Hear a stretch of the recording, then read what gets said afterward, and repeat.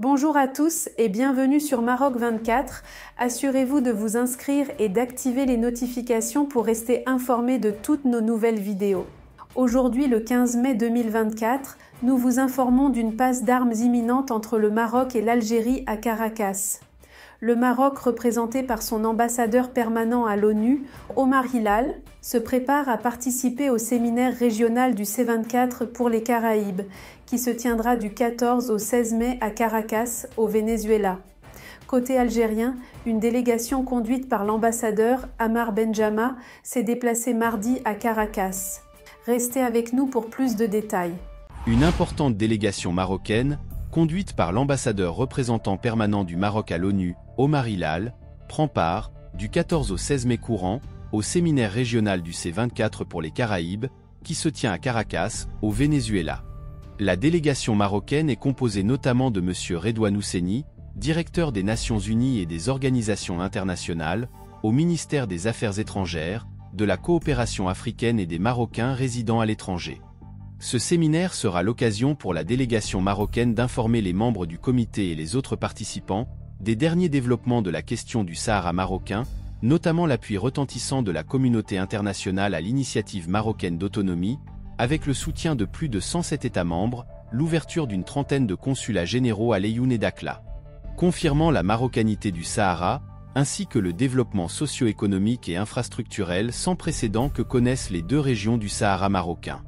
Cette réunion sera également marquée par la mise en lumière du rôle de l'Algérie dans la création et le maintien du différend régional sur le Sahara marocain et sa responsabilité historique, politique et morale, en tant que partie principale à ce différend, comme le confirment les résolutions du Conseil de sécurité, y compris la 2703, adoptée le 30 octobre 2023. Ces mêmes résolutions ont consacré le sérieux et la crédibilité de l'initiative marocaine d'autonomie, en tant que seule et unique solution à la question du Sahara marocain, et réaffirmer que les tables rondes, avec les mêmes 4 participants, et dans le même format, demeurent le seul cadre pour mener le processus exclusivement onusien, afin de parvenir à une solution politique, réaliste, pragmatique, durable et de compromis à ce différend. En outre, les deux élus du Sahara marocain, en l'occurrence Madame Galabaïa, de la région Dakhla-Oued et Dahab, et Monsieur Mamed Abba, de la région Laayoune Sakia El Amra, participent à ce séminaire, sur invitation de la présidente du comité, comme c'est le cas depuis plusieurs années. Du côté de l'Algérie, mardi, une délégation dirigée par l'ambassadeur Amar Benjama s'est rendue à Caracas, pour participer à un séminaire, qui s'annonce haut, en couleur. Par la map. Et maintenant, un coup d'œil rapide sur les autres infos importantes du jour. Algérie-Maroc, les lioncelles de l'Atlas s'envolent pour Alger. La sélection marocaine féminine U17 a pris un vol direct ce mercredi 15 mai, depuis l'aéroport d'Oujda en Gad, en direction de l'Algérie, pour disputer le match retour du 3e tour des éliminatoires africaines, de la Coupe du Monde féminine U17 de la FIFA, contre l'équipe algérienne. Par ailleurs, les lioncelles de l'Atlas affronteront ce vendredi 17 mai, leurs homologues algériennes U17, sur la pelouse du stade Salem Mabrouki, à Alger, à partir de 17h30. Elles aborderont cette rencontre avec un avantage de 4-0, obtenu lors du match aller à Berkane. À noter que l'équipe nationale féminine du Maroc U17 a effectué ce mardi 14 mai sa dernière séance d'entraînement, au Centre fédéral de formation de Saïdia. Par le 360 Sport. Défense aérienne, le Maroc et le Nigeria renforcent leur coopération. Ce mardi 14 mai 2024 à Abuja, le chef d'état-major de l'armée de l'air nigériane, le maréchal de l'air Hassan Bala Abubakar, a eu des entretiens avec le colonel Mohamed Abou-Nasr, attaché à la défense à l'ambassade du Maroc. Objectif: bénéficier de la magnanimité des forces armées marocaines, à travers la formation de pilotes et la maintenance des avions, comme le maréchal Hassan Bala Abubakar l'a lui-même révélé sur son compte sur le réseau social X. Selon la même source, le Maroc et le Nigeria devraient continuer à renforcer leur coopération militaire.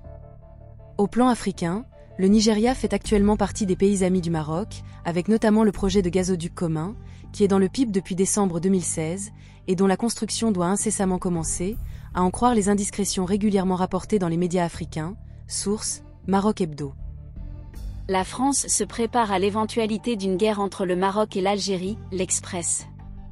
Des experts militaires français, envisage l'éventualité d'un conflit armé entre le Maroc et l'Algérie, indique le magazine L'Express, dans un dossier réalisé par la journaliste Alexandra Saviana, qui se prépare à signer ce 16 mai, un livre édité chez Robert Laffont, sous le titre « Les scénarios noirs de l'armée française, une plongée dans les 11 conflits catastrophes qui guettent les forces tricolores d'ici à 2030 ».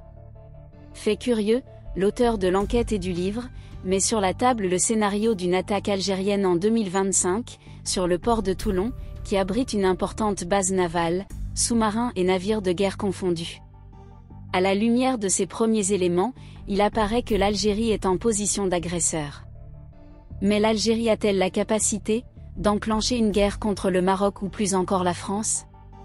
La guerre est une chose trop grave pour la confier aux militaires. On comprend, en creux, de cette phrase attribuée à Georges Clemenceau, que le régime militaire voisin pourrait être tenté de le faire. Mais au cas où il le ferait, il aurait signé son certificat de décès, source, lecollimateur.ma. L'Espagne met en garde ses ressortissants qui visitent le Maroc. Le ministère espagnol des Affaires étrangères, de l'Union européenne et de la coopération a émis des recommandations spécifiques à l'attention des ressortissants espagnols actuellement au Maroc ou comptant s'y rendre, les incitant à éviter de se rendre près des frontières avec l'Algérie.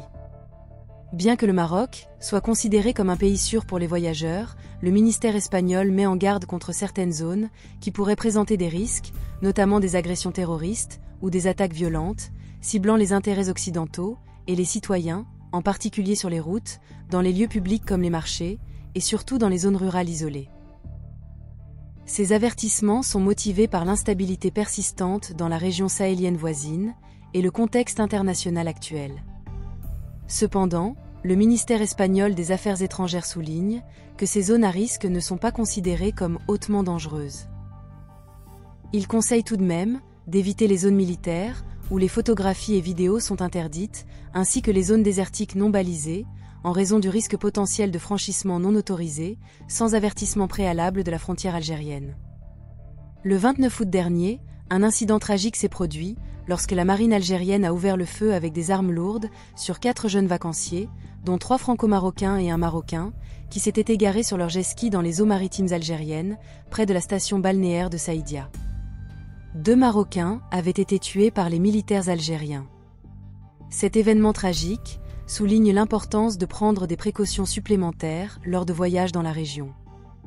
Il ne faut pas s'approcher des frontières avec l'Algérie, source, le Petit Journal marocain.